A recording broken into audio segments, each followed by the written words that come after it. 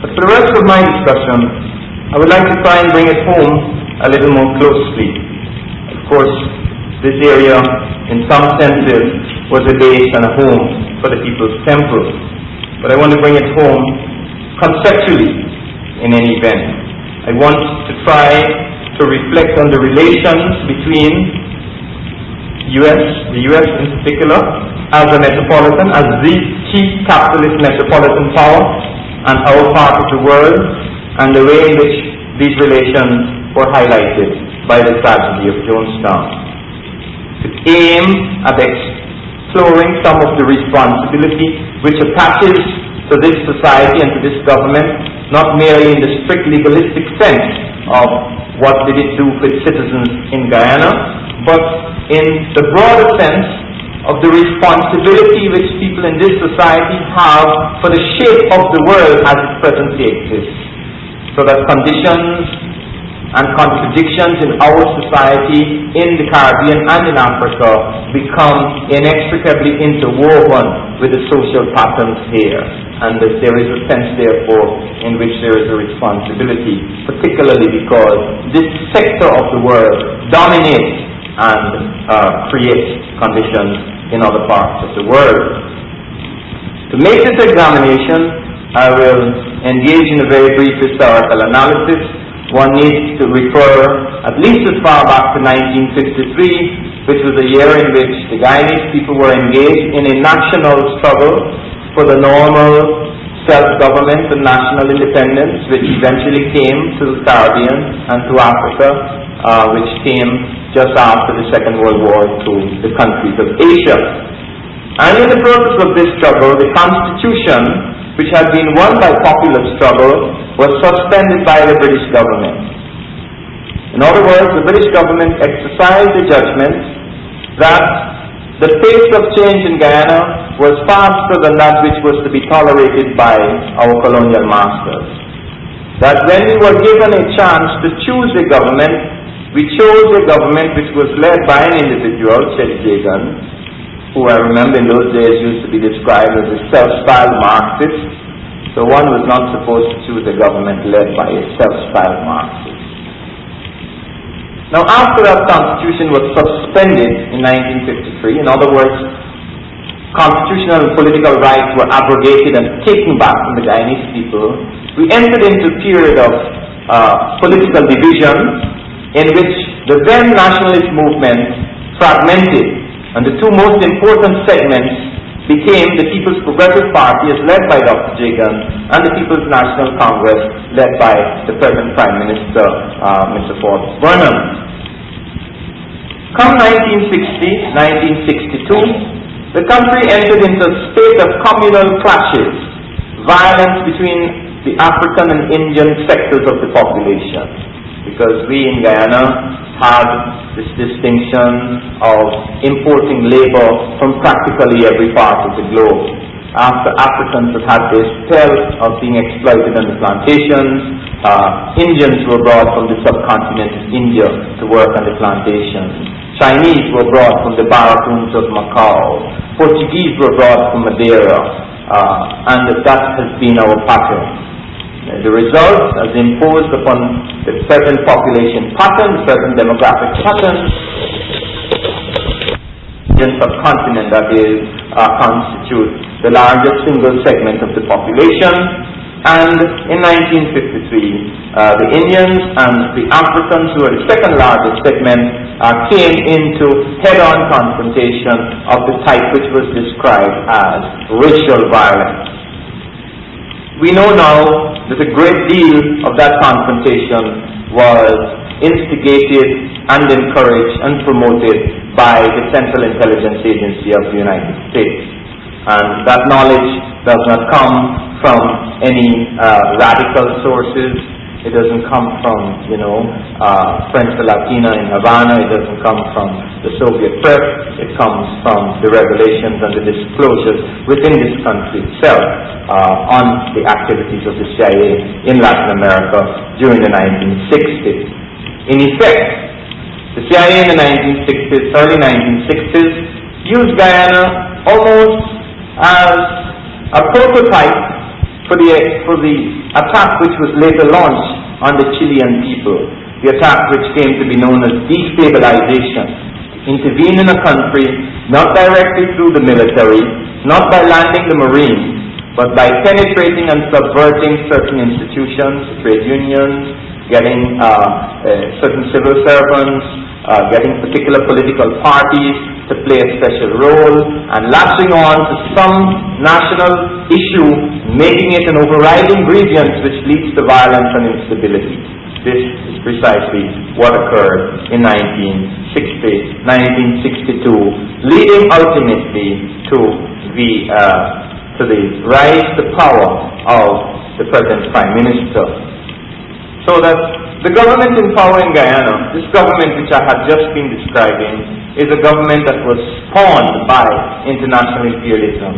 It was not the choice of the Guyanese people, and day by day it became less and less the choice of the Guyanese people, because on every occasion on which there was something approaching a public election in which the Guyanese people were asked to choose or asked to have a say in their government, they came out against the government in power, but it retained its power partly through its international alliances, but mainly through the build-up of its own coercive apparatus and an apparatus of fraud and political chicanery, which allows them to make majorities out of nothing. So this government retains itself in power as a child of the international imperialist system. It has been fashionable in recent years to refer to the regime in Guyana as socialist or even as communist, or as being led by a socialist or communist inclined individual, that is Forbes Brennan. But it seems to me that even in a casual examination of the fact this cannot be sustained. That what is true is that there have been a number of tensions, even contradictions, between the government in Guyana and the government here, because the sector of the petty bourgeoisie which seized state power in Guyana recognized the need to make certain innovations in order to buttress its own class position. One of those innovations, forced by the people, was the nationalization of large private property in bauxite and in sugar. And having nationalized, they then used the nationalized entities in the interest of this very small clique that surrounds the state. So the nationalization created tensions between our government and the central metropolitan powers. The move towards supporting liberation movements in Africa was a move demanded for many years by the Guyanese people, not only by the African sector, but by the Indian sector of the Guyanese working people, had been committed to a forward policy in the African continent for many years. And our government eventually accepted that as the national policy. And this also created tensions with the U.S. government, more particularly around the question of Angola by 1974 and 1975. But these quarrels apart, the fundamental relations between our society, our economy, our polity, and the metropolitan world led by the United States, these relations were not altered. And I would put it to you that today that government in Guyana is still the creature, the creation of the international capitalist system. It does not represent a form which transcends international capitalist relations. Indeed, when one looks at the present negotiations between the Guyana government and the IMF, one sees that even the facade of seeming independence from international political control is now being eroded. They're dispensing even with the facade and returning to make it clear that openly our society still resides within the framework of international capitalist relations, because the conditions which are imposed by the IMF are all conditions designed to reintegrate a seemingly errant government whether that government is in Peru, in Jamaica, in Guyana, the IMF sees to it that these third world governments return to the fold if they ever had any illusions that a particular class would carry them away from capitalism. And while the IMF were negotiating with Guyana, there was a very revealing document. It was called a letter of intent, written by the Guyana government to the IMF, in which the Guyana government signaled its intention of meeting the conditions of the IMF. A very abject letter, a letter in which one can take no pride, even as an opponent of the government, because it was redolent with a certain abasement, self-abasement, in which they simply said to the IMF, we will do everything which you have asked. We will bend over backwards to make sure that we remove all subsidies from the working people. We are not in the least concerned with what degree of suffering is brought to bear on our people. We will meet the conditions which you have laid down. It was that type of letter. The letter had one small qualifying clause. It said in effect to the IMF, we have certain political difficulties of a temporary nature which we need to attend to. So we are asking your patience until we have resolved these small political difficulties. And the IMF was quite patient and allowed the Guyana government to resolve this small difficulty, which in fact was simply that the government had come to the end of its term of office and needed to find a way of continuing in office without going to the Guyanese people. That was the small political problem. They resolved that by calling a referendum, in which in effect they said to the Guyanese people, we are asking you to vote whether you would ever like to vote again. And according to their results, the Guyanese people said, we will not like to vote again. That this is our last vote.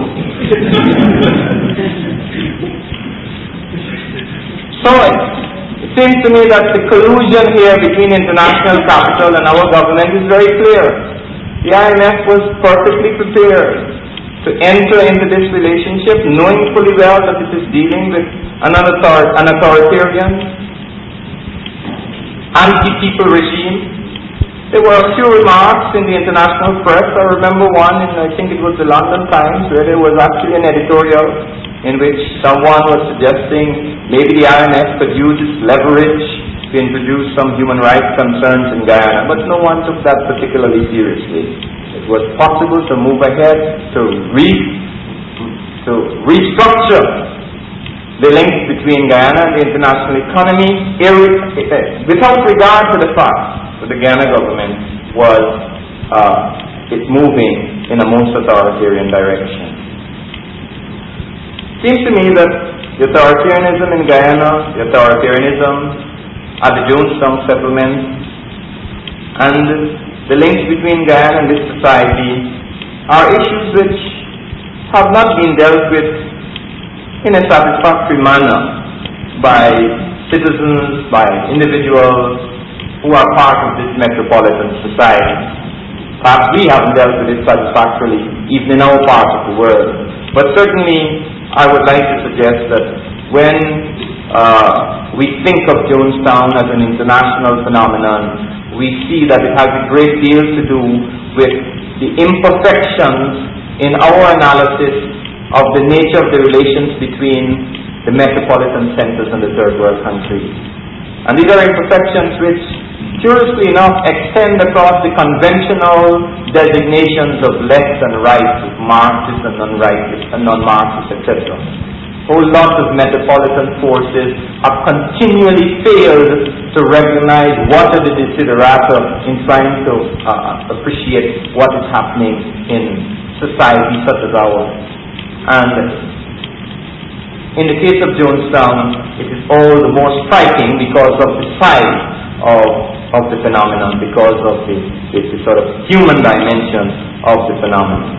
Because if you take the so-called leftists, a lot of Marxists have been willing to look at Guyana and say, well, it has nationalized, so that is point one that we're going to tick on our list of things that socialists or communists or progressive governments are supposed to do. And then it has set up foreign policy links, it has recognized the Soviet Union, and it Prime Minister's gone to Cuba and he's got a Jose Marti Award and so on, and we take that as another set of progressive indicators. And they then turn around and say to us, the people of Guyana, that we have a socialist government, that we have a progressive government. And we would just like to reply politely and say, we are the ones who will determine what is the social character of the government in Guyana. Only those of us who live within those contradictions, who understand what has been done or not been done at the point of production, what has not been done or what has been done to dehumanize social relations, we will determine whether our government is to be labeled socialist or progressive, and we have not yet seen fit to apply those labels. And there are black groups in this society that have also said that our government is very progressive. There are a number who have gone to Guyana and they have been welcomed, and we are all glad that they have been welcomed, because that is part of a worldview that we have shared for a long time, that we have with black people in this country a commonality of interest, not just the common nature of our skin color, the common fact of skin color, but the history that goes with that of common suffering and exploitation, and the fact that if we make cause today to end that suffering, we automatically then become brothers in struggle and not simply skin brothers. And some of our brothers have come to Guyana, but there has been that illusion that they were coming to society. That's the first illusion.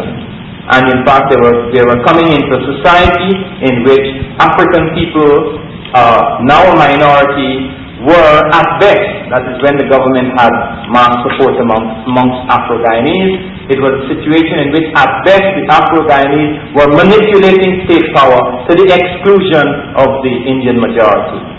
And one does not enlarge the area for anti-racist cooperation by entering into society where racism is prevalent, even if that racism happens not to be aimed at one's own particular group.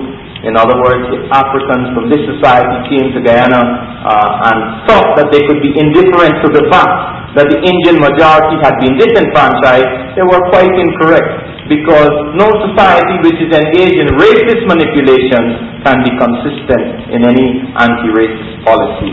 So they were wrong on that score. They were also wrong in thinking that the government of Guyana was building some new kind of society. They used to call it the Cooperative Republic. In fact, we are still called officially and internationally the Cooperative Republic. The first cooperative republic, as the government used to boast. And someone points out to me, not just the first, but the only, and unlikely to attract any further states to copy the pattern. So this first and only cooperative republic used to be held up by some Afro-Americans as a model. I know for sure that there are some on the west coast here who were in Guyana and had some very unfortunate experiences, and they tried their best when they returned to educate a few others as to the real nature of social relations in Guyana. But things being the way they are, problems of communication and what have you, in a large society, I don't suppose that they really reached a large number of people. Certainly if they had reached the common folk who went out to Jonestown, they might have thought a second time about what kind of society they were entering.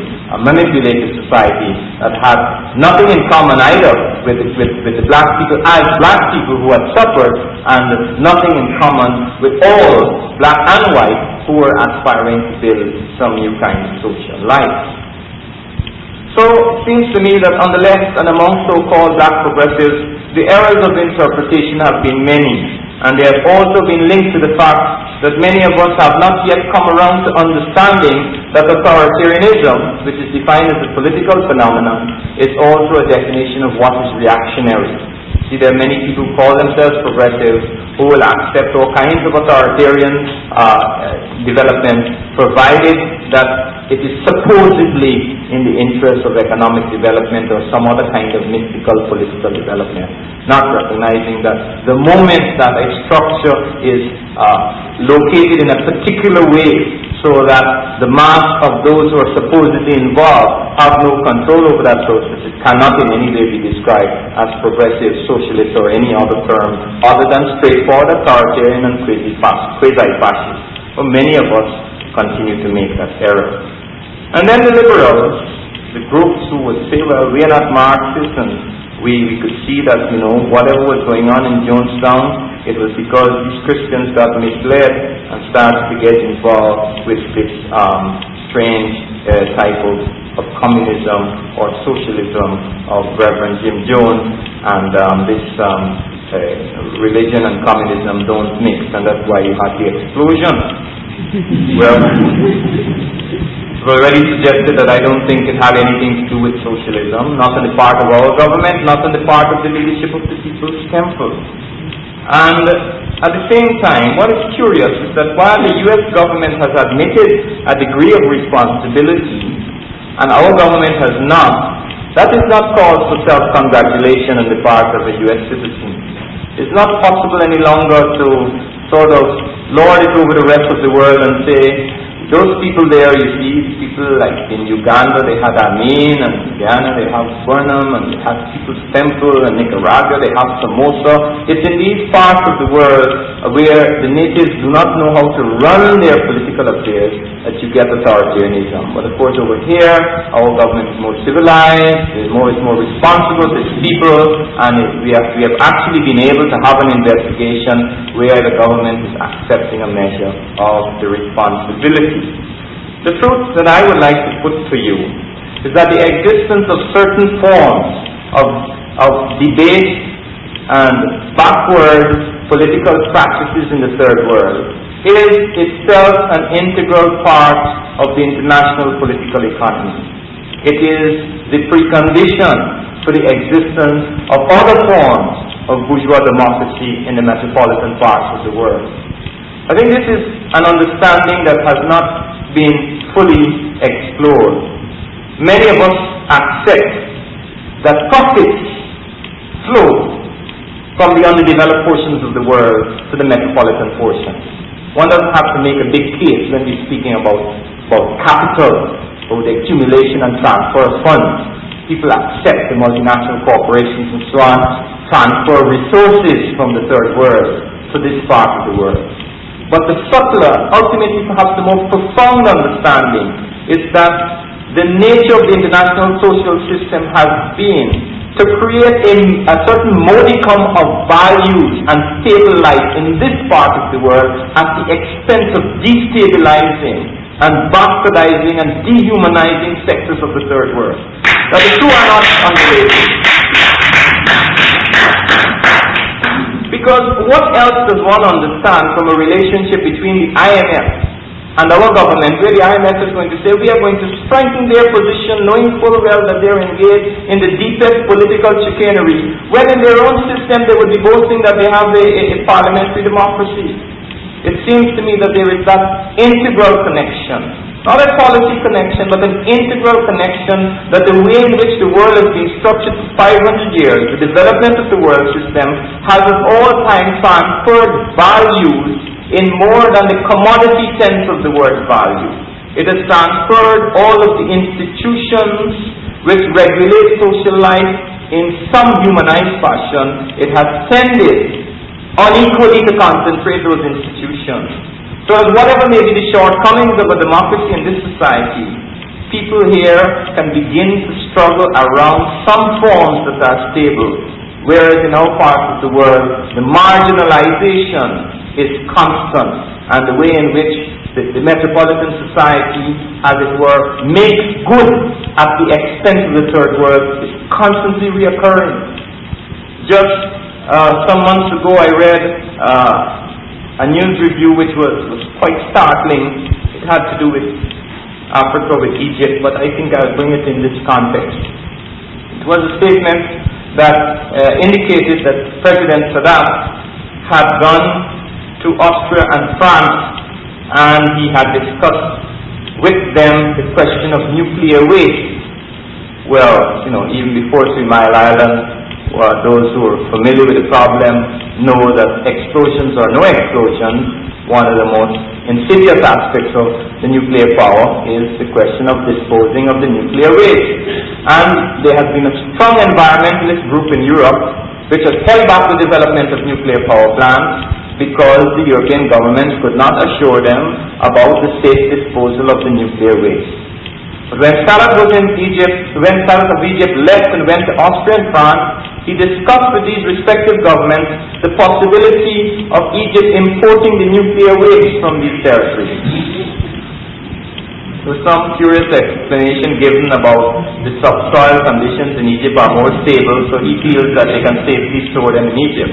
But basically what it meant is that the metropolitan part of the world once again was prepared to make a third world country into a nuclear garbage heap, to satisfy, let us say, the pressures, the democratic pressures of its own citizens that it should not expose them to nuclear waste and to transfer that to a third world country. A very dramatic illustration. And of course they weren't transferring it by force, they were transferring it because already the development of the international economy has indigenized the system. That Sadat is as much part of the system, the Burnhams are as much part of the system, and therefore there is no need to send a battalion to carry the material by force. It is possible to have indigenous leadership volunteer and find the rationalizations necessary for making one society into a nuclear garbage heap. Now, that may seem dramatic, it may seem overstated, but I would argue that the inequality of wealth and power is also accompanied by the inequality of human rights. And that is why it is always, to my mind, rather curious that in this part of the society, those responsible for the international system should claim to have a concern about human rights. Because if there is a concern about human rights, it has to be realized in practice by changes in the structure of the international political economy, not by so-called criticisms of this or that government in the third world. It requires social change in the third world and changes in the relationship between our parts of the world and your parts of the world. I say then, in conclusion, that while it is true that Jonestown took place in the jungle of Guyana in a more profound sense, it also took place in the jungle of international capitalism.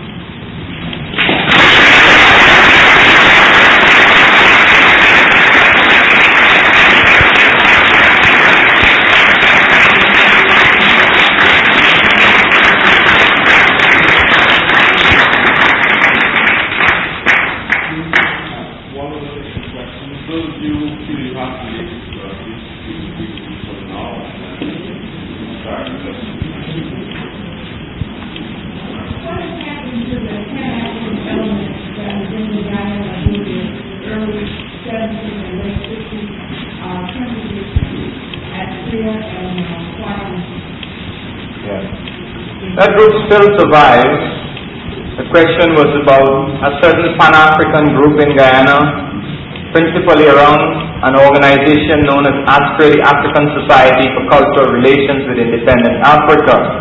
It survives in a different form by the number of its members were placed under attack when the group broke with the ruling party. The group used to be a segment of the ruling party. They broke with that ruling party and therefore they were victimized in large measure, and they started to regroup. They now form part of another organization which is known as the Working People's Alliance, and they have retained an interest in African culture, but this has been subordinated to the principal political involvement of social change in Guyana. Indeed, they are no longer solely concerned with Africans in Guyana. One of their principal platforms now is the building of bridges between Africans and Indians in Guyana. We have read that there were some Afro-American groups that had settlements built. Can you say a word about whether they have had the same kind of got in the same way as Jonestown did? If there are some still there, it's true that there are. There are really very few. There is a group called the East, which is based in Brooklyn in New York, which still has a few members, and they have some amount of land in Guyana too, on a much smaller scale than Jonestown. I would say that these groups or these individuals within that group are undoubtedly persons who are trying to build a new life, would like to see a new set of social relations. But they too have become trapped in Guyana, because to enter Guyana at the present moment, it's impossible not to pay a political price. The government demands from them, as one can see from reading the newsletters of the East over here, a certain political allegiance. They have to become unpaid ambassadors not of the country, but of the government in particular. And no doubt people would also have heard about a few individuals who have gone to Guyana under slightly different circumstances. They've gone from fugitives from quote-unquote justice in this society. Those are the ones who are perhaps in the most invidious position, because irrespective of whether or not they were in fact criminals, irrespective of whether they were direct or indirect victims of the system here, when they get to Guyana, the conditions under which they stay have as the first postulate that they must pay political loyalty to the regime. And more than political loyalty, unlike say the East, they actually have to engage in political thuggery, armed violence, etc. on behalf of the regime. That is one of the conditions under which they stay, because alternatively they will be returned to quote-unquote justice from which they have fled. Yeah. When you talk about corruption, it reminds me of, for example, in Sierra Leone a few years ago, the economy was in shambles because the government said that too many people were digging diamonds, illicit diamonds, and the government sent a detachment of the military to go take over, but they had to be withdrawn because they were digging. So it seems that kind of involvement, there were times I faced with that kind of involvement. But I wonder if you would want me to taxing to ask you, what are the solutions? What would you recommend? Within the civil service and within the military as well? All right. We have argued that we need to make particular structural changes in the society, which in the first instance eliminate or close off a great deal of the opportunities normally associated with political office or high public office of a political type. Because the instance that you have given really is a very logical instance in which the ordinary soldiers who were sent there as a detachment, exercising what I consider to be a correct judgment, determined to get into the act. Because if the act is already on, and everyone knows that the corruption starts from the very top, why should an ordinary rank and file soldier pass up the opportunity to engage in what is really petty corruption when he knows that has become the norm? And all of these states try to solve it by making moral appeals to the people upon whom this corruption is vested. It's as though the people are corrupt, when everyone knows that the very ministers making the appeal are themselves deep in the corruption. We say that it has to start with the apex of the state structure. A variety of controls which make it extremely difficult, I don't suppose one could say impossible, but extremely difficult for public political officials to exercise control over national revenues without having to account to anyone. Now, what is accountability? Ultimately, accountability is not just legal. We're not speaking about drafting it in a constitution that they are accountable to a particular official, etc. It is the political accountability. The sense in which if we cannot re-establish democratic control at various sections of our national life, we will never be able to cope with even as straightforward a problem as corruption. I will have to draw an example from Guyana, but I'm pretty certain what I know of the political structure in Sierra Leone and the referendum in Sierra Leone, which was just like ours, etc., that there will be many parallels. But in our national life at the moment, the principle of democratic involvement has been breached on every conceivable front. Workers do not run their own trade unions. They cannot elect their own trade union officials. Communities cannot have their own local government. Even religious organizations find it difficult to organize and choose their religious leaders as the members and leaders of their own communities. There is no segment of the national life into which electoral fraud and manipulation has not been extended. The student government of the university cannot be free to elect its own leaders. In Guyana, we have a situation which I am absolutely certain must be unique in world history, because normally all student governments, however compromised they may be, tend to have some degree of quote-unquote progressiveness and radicalism. And while you may argue sometimes that a student government might have a police agent, he or she will have to be there as an undercover agent. In Guyana, we can boast of the fact that our student government at the National University for 2 years running was in the hands of 2 separate senior police officers. They were the chairman of the student union on one occasion was a senior police officer, and then when he handed over to another senior police officer. I mean, it's that level of anti-democratic penetration. And I say, and what I'm in fact saying is that unless you can build structures where people are accountable, or rather leadership is accountable to people everywhere, where they work, where they live, in their cultural organizations, etc., you cannot then hold people accountable in financial terms.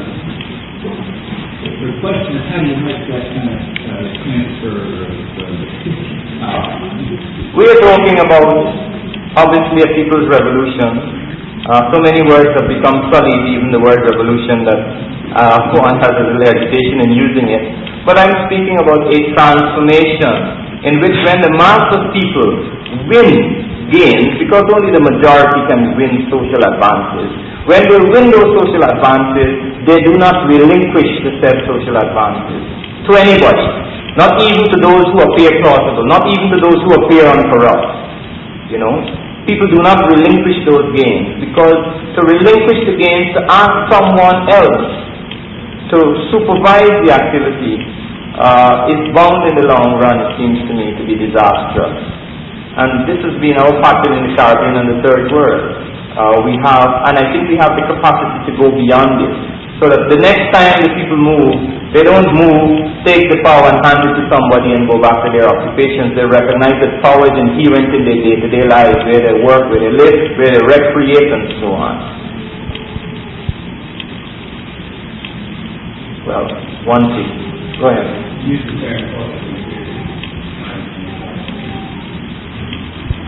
Well, I use it simply as a feature that is supportive of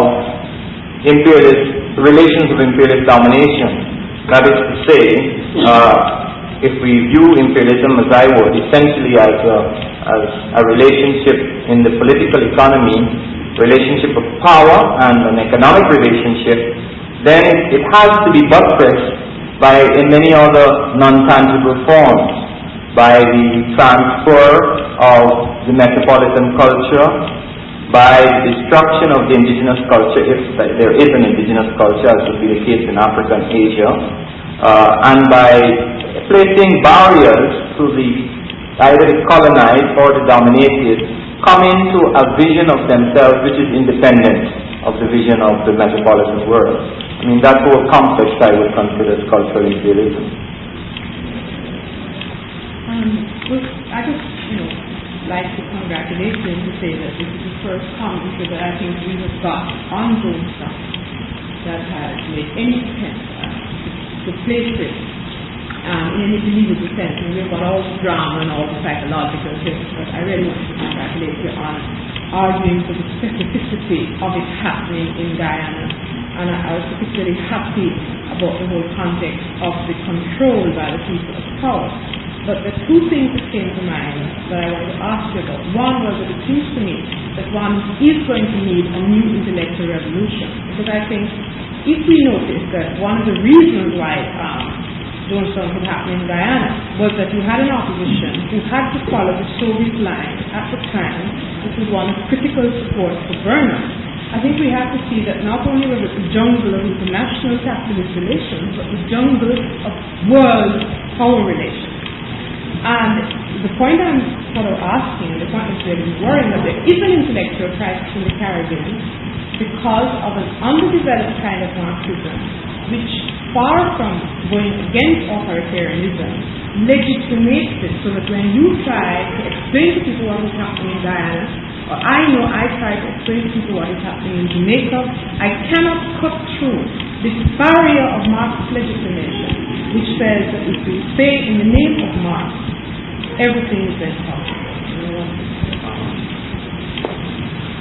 I think it's partly true that the Caribbean suffers from the constraints of what you call Marxist legitimation, and also what is a corollary to that, the schisms in international Marxist circles.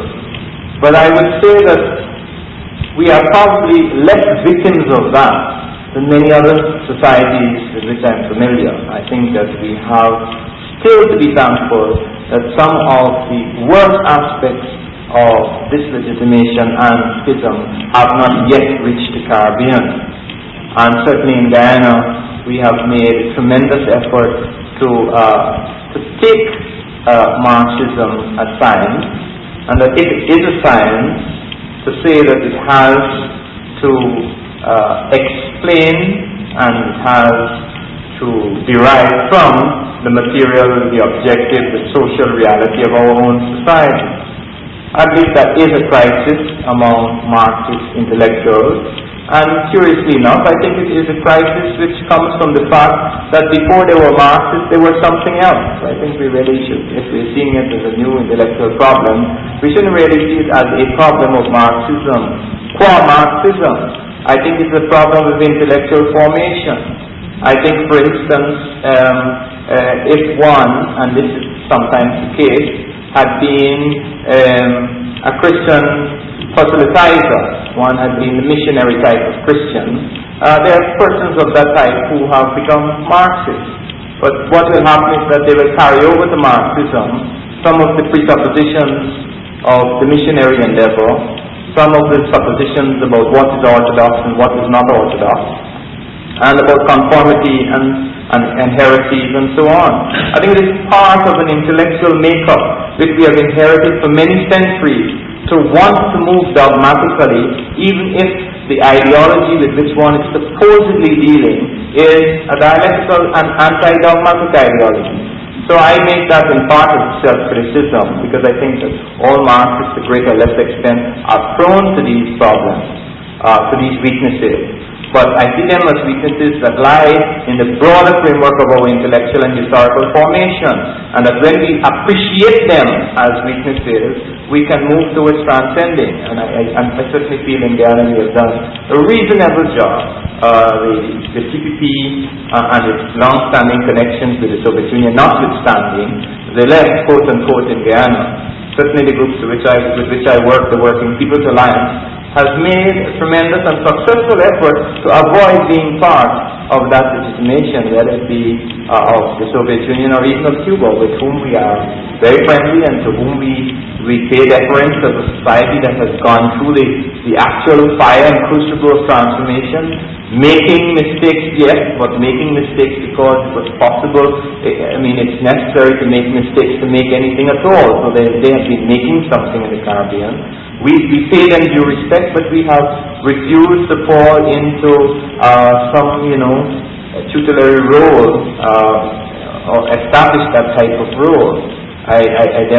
What I'm emphasizing briefly is, yes, the risk that Marxists in Guyana, in the Caribbean, anywhere else, can fall into a pattern which is internationally derived and fail, therefore, to function as effectively as they otherwise would in their indigenous context. But when we see that, I don't really think it's an argument against Marxism per se. It is a reflection, perhaps, of the immaturity of that branch of science, because it's a relatively immature branch of science, and it's a reflection upon the weaknesses of perception of which we are all victims. So we can't single anyone out in that. Let me give a person in the back first and I'll come back.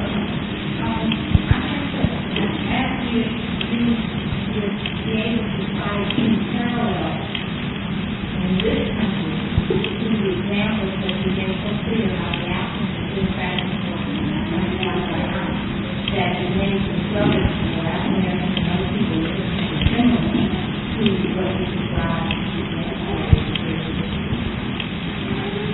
There would be parallels, yes, but I don't really want to argue merely on the basis of parallels or analogies, although they have their value. I am suggesting that there is something qualitatively different